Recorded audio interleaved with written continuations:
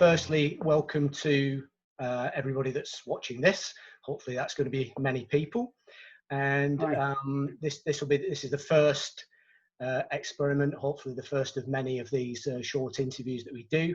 So I'd like to welcome Warren Collins, who I've known for, I think, I was just thinking a minute ago, I think it's about 15 years, and have worked with you for, yeah, that's right, I've worked with you for a long time. Warren's a very experienced, well-respected solicitor. So thanks very much for joining us, Warren.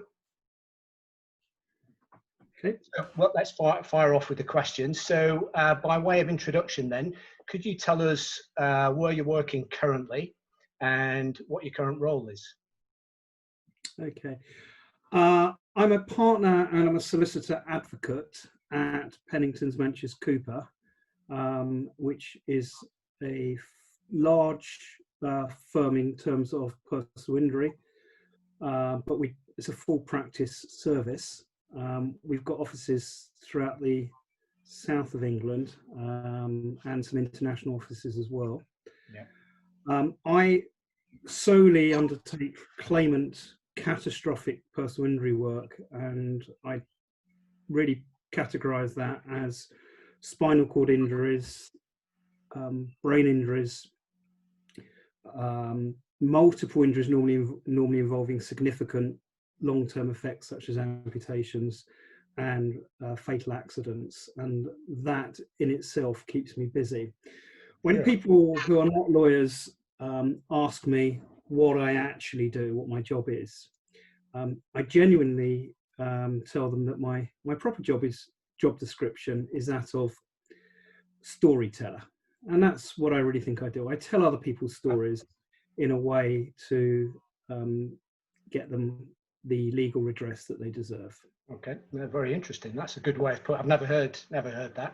And solicitor advocate, could you just say a little bit about what that is?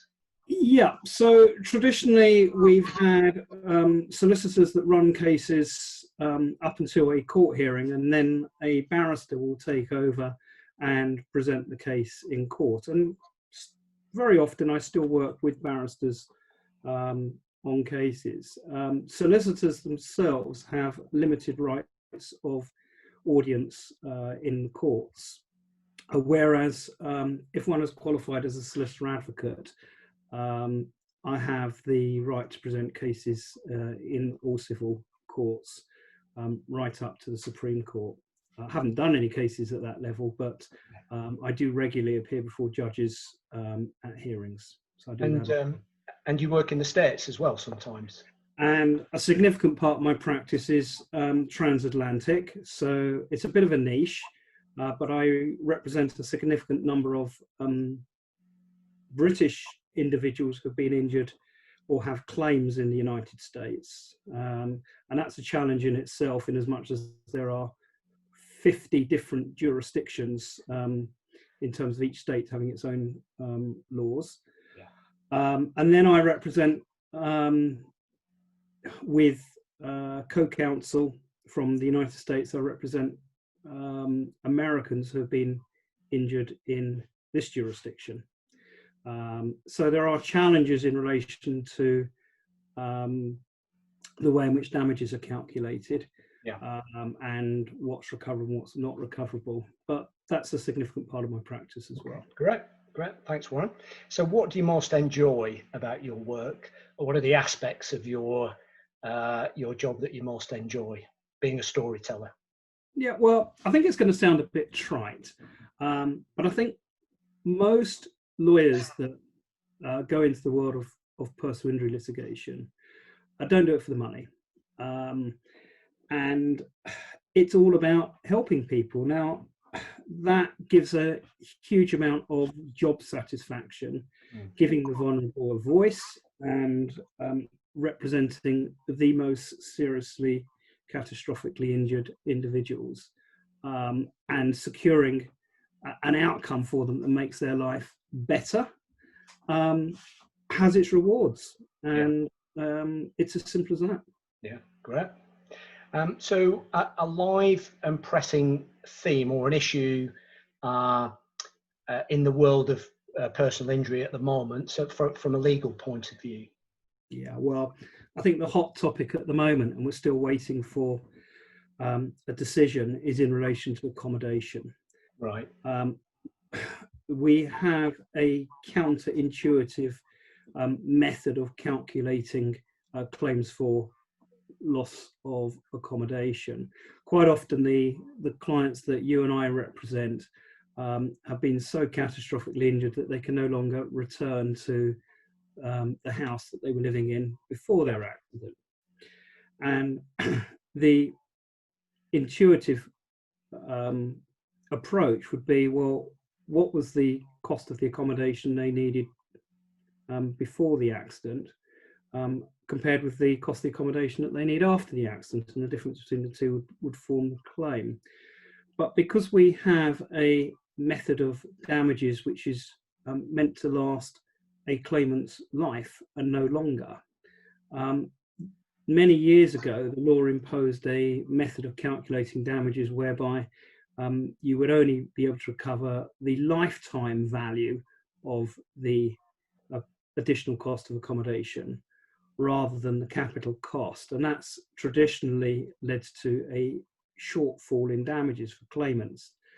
That matter has been made even worse by reference to the discount rate which is applied for the calculation of damages for future losses. So we now have, as the law stands, an absurd situation whereby any claim for accommodation becomes a negative amount, and the claimant ends up having to owe the defendant theoretically the additional cost of housing, although the practical outcome at the moment is that the claimant recovers nothing.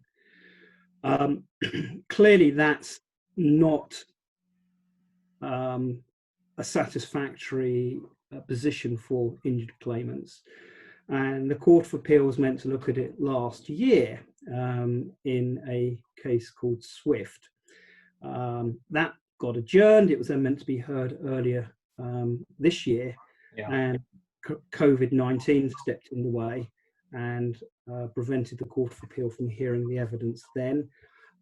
We are at the moment online to have a hearing in June, but it remains to be seen when the Court of Appeal will hand down its judgment and what that judgment will be. So that's the hot topic at the moment. That's the hot topic. Yeah, well, look forward to it. Obviously, that's been quite an issue for many, many years, so it'd be good to hear the outcome of that. I'm just going to jump on, Warren, to a different question on quite a different note.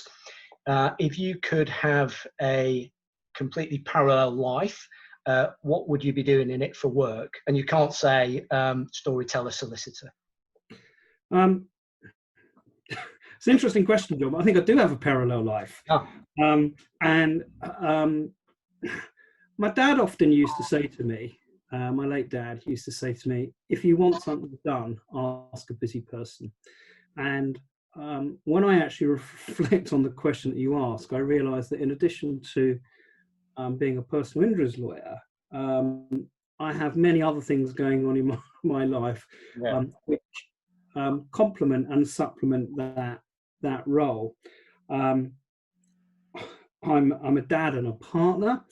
I'm a charity volunteer and a trustee of a charity, a brain injury charity as it happens. I've got various committee posts that I hold that relate to legal professional matters. I'm the chief assessor for the Law Society's Personal Injury Panel. I'm on the board of governors for the American Association for Justice. I'm a committee member for the Spinal Cord Injury Litigation Group in the United States. And I also lecture and present extensively for the Association of Personal Injury Lawyers and other training providers. So to that extent, I guess I already am living in a parallel existence, John. I don't think you've got any time to consider a parallel life anyway.